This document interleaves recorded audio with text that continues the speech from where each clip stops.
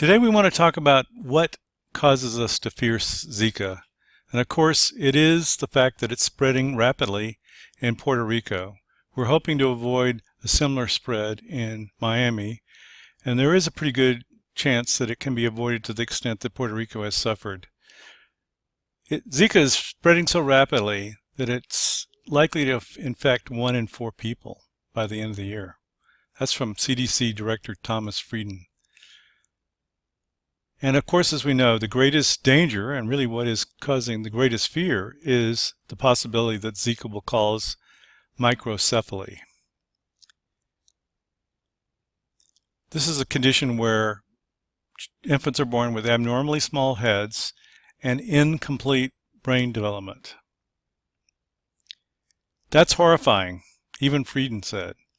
This is a silent epidemic that is rapidly spreading through Puerto Rico.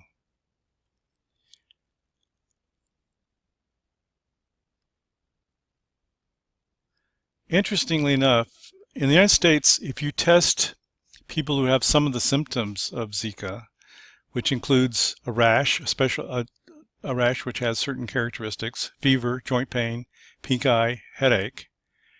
If you test those who have 2 or more of these symptoms, say in Los Angeles, you'll find a rate of positives of something like 12%, as recently reported at the Zika conference in Atlanta.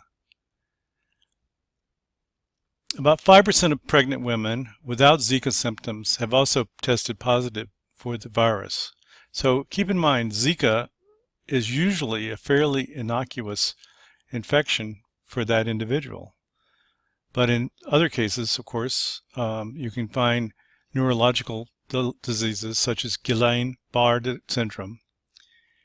This is probably an autoimmune disease system that causes the immune system to attack the nerves of the body and causing paralysis.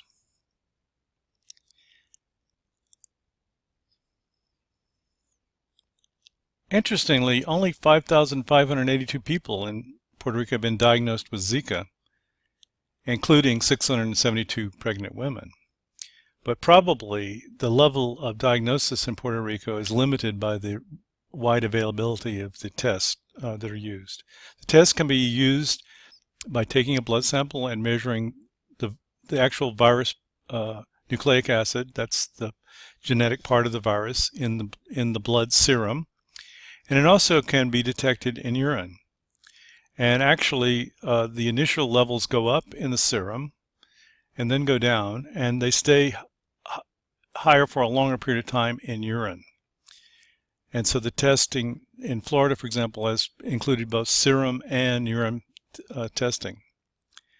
Later on, you can still detect antibodies against the Zika virus in the serum, the blood serum, and this indicates that that person was infected and had an immune response to the Zika virus. Now back to Brazil. Brazil has confirmed a horrifying 1,700 cases of microcephaly. But other countries, including Colombia, have reported many fewer cases.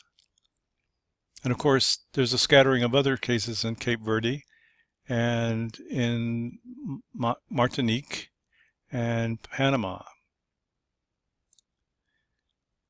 So the big question is, why microcephaly is more common in Brazil than other countries and territories hit by Zika?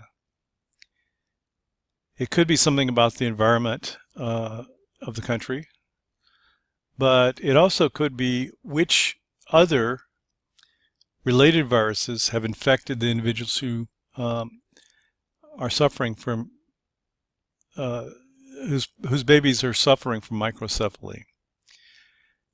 For example, the most closely related virus that's generally infecting people, both in Brazil and other areas, is dengue fever. And dengue fever, really, the dangers of dengue fever seem to be almost totally related to the dysfunction in the immune system response to a second infection. And there are 5 different types of immune responses, that is 5 serotypes to dengue fever. And if your second infection is with a virus with a different serotype, then you are at risk of hemorrhagic fever or septic shock. That is dengue hemorrhagic fever or dengue septic shock. These can be deadly in dengue fever. And since dengue fever was quite prevalent in Brazil, it'll be very interesting to see if a similar story evolves in understanding how Zika causes disease and side effects. Okay, here is an article in the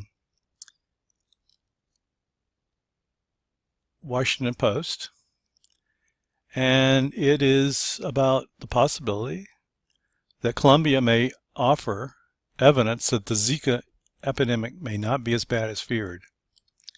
Okay, here is the key data that they're referring to.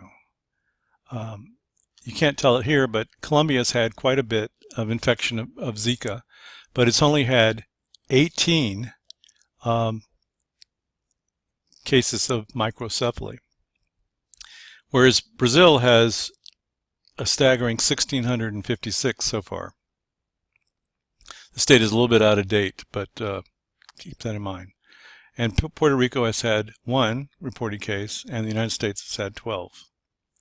So this makes people wonder what is going on. And as I mentioned, in the case of the more well-studied and more prevalent dengue fever, we know that the immune response on the second infection is really what's triggers a situation in which the immune system, instead of neutralizing the virus, actually increases the spread of the virus and thereby increases the level of virus load in the body.